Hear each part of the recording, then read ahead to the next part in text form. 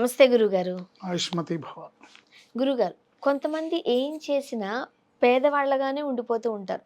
చాలా కష్టపడతారు. నిజాయితీగా ఉంటారు. ఎవరి దగ్గర డబ్బులు ఆశించరు.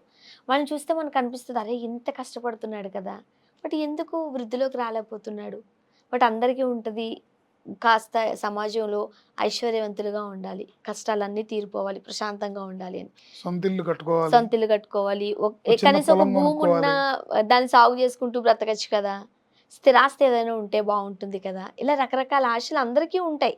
బట్ కొంతమంది దానిని అచీవ్ చేయగలుగుతారు. కొంతమంది ఎక్కడేసిన గొంగళి అక్కడే అన్నట్టు ఉండిపోతూ ఉంటారు. అలాంటి వారి కోసం చెప్దామండి. ఇప్పుడు స్థిరాస్తి రావాలంటే అంటే భూములు కావచ్చు, స్థలాలు కావచ్చు, ఐశ్వర్యవంతులు కావాలి అనంటే సహజంగా ఏం చేయాలంటారు?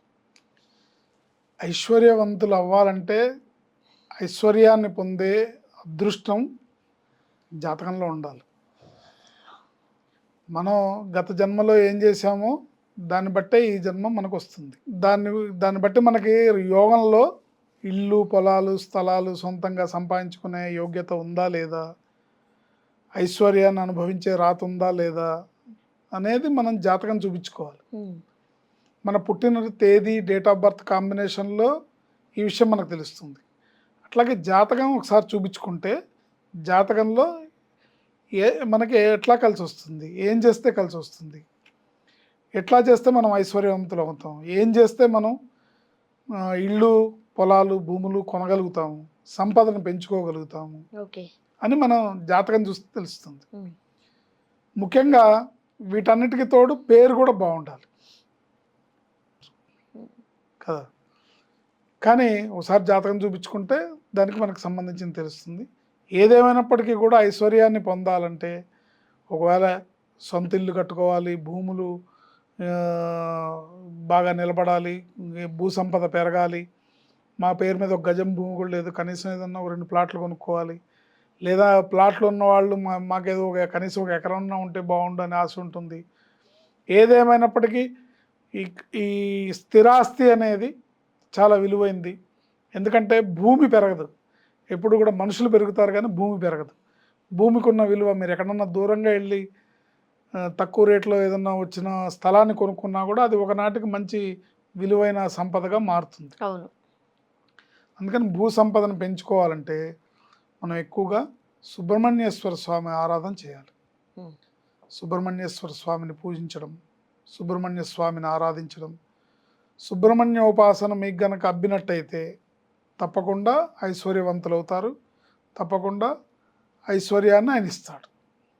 సుబ్రహ్మణ్య స్వామి అనుగ్రహం పొందాలంటే మంగళవారం నాడు, ఆదివారం నాడు ఆయన్ని దర్శించుకోవడం ఏంటి, సం సుబ్రహ్మణ్యాయ నమః, సం సుబ్రహ్మణ్యాయ నమః అనే మంత్రాన్ని జపించుకోవడం, మంగళవారం నాడు, ఆదివారం నాడు స్వామిని దేవాలయంలో దర్శించుకోవడం, పూజించుకోవడం, వీలుంటే మంగళవారం, ఆదివారం ఉపవాసం ఉండి సం సుబ్రహ్మణ్యాయ నమః అనే మంత్రాన్ని జపిస్తూ ఆయన్ని ధ్యానిస్తే కనుక మీకు యోగ్యత ఉంటే తప్పకుండా, అంటే భగవదారాధన కానీ, జాతకంలో ఉండే అదృష్ట ఫలం కానీ, పేరులో ఉండే అదృష్ట సంఖ్య కానీ ఏవైనా సరే మనకున్న కొద్దిపాటి అవకాశాలను కూడా మంచి అవకాశాల కింద మార్చి, మనం 10 రూపాయలు పెట్టుబడి పెట్టినా కూడా అది రేపొద్దున 100 రూపాయలు పెట్టుబడిగా మారే అవకాశాలని మనకి అదృష్టాన్ని తీసుకొస్తాయి.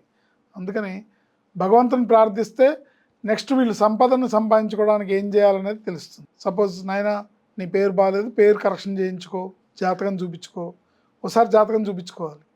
చూపించుకుంటే అసలు మనకు అయోగ్యత ఉందా లేదా, 1 2 ఉంది కానీ ఏం అడ్డుపడుతుంది అనేది తెలుస్తుంది జాతకం చూపించుకుంటే. ఎటువంటి ఇబ్బందికర పరిస్థితుల వల్ల ముందుకు వెళ్ళలేకపోతున్నాం, ఏ గ్రహస్థితి వల్ల, దానికి మనం ఏం చేయాలని ఇవాళ రోజున రెమెడీస్, బ్రహ్మాండమైన రెమెడీస్ ఉన్నాయి. ఆ రెమెడీస్ చేసుకుంటూ పోతే బ్రహ్మాండమైన భూ సంపదని సంపాదించుకోవచ్చు. ఇవన్నీ సాకారంగా అయ్యి ముందుకు రావాలంటే మీకు కాస్త సుబ్రహ్మణ్య స్వామిల భక్తి అబ్బి మంగళవారం, ఆదివారం నాడు స్వామి సేవ చేసుకుంటూ ఉంటే మిగతా కావాల్సిన పనులన్నీ కూడా ఆయన అనుగ్రహంతో జరుగుతాయి. ఆ తర్వాత తప్పకుండా మీరు ఇళ్ళు, భూములు, ఐశ్వర్యాన్ని సంపాదించుకోవచ్చు. ఇప్పుడు ఇలా పూజించాలి ఇలాంటి నియమ నిబంధనలు ఏమైనా ఉన్నాయా? అంటే నియమ నిబంధనలు అనేది భక్తి ప్రధానం. ఇక్కడ సుబ్రహ్మణ్య స్వామికి ఆయనకి కొద్దిగా శుచి శుభ్రత ఎక్కువ. ఉమ్, ఎట్లా పడితే అట్లా చేయకుండా భక్తిగా, ఇప్పుడు అయ్యప్ప స్వామి దగ్గరికి వెళ్తారు. అయ్యప్ప స్వామి భక్తులు విడి రోజుల్లో ఎలా ఉన్నా మాలేసుకున్నప్పుడు ఎంత నియమనిష్టలతో ఎట్లా ఉంటారో, 2 పూట్ల 3 పూట్ల స్నానం చేయటం, ఉమ్, ఆ, పూజ చేసుకోవడం, ఎంత నిష్టగా ఉంటారో, ఒక పూట భోజనం చేయడం, ఒక పూట టిఫిన్ చేయడం, ఎట్లా ఉంటారో అట్లా చేస్తే సుబ్రహ్మణ్య స్వామి తొందరగా అనుగ్రహిస్తాడు. నియమనిష్టలతో చేస్తే ఎక్కువగా తొందరగా అనుగ్రహిస్తాడు.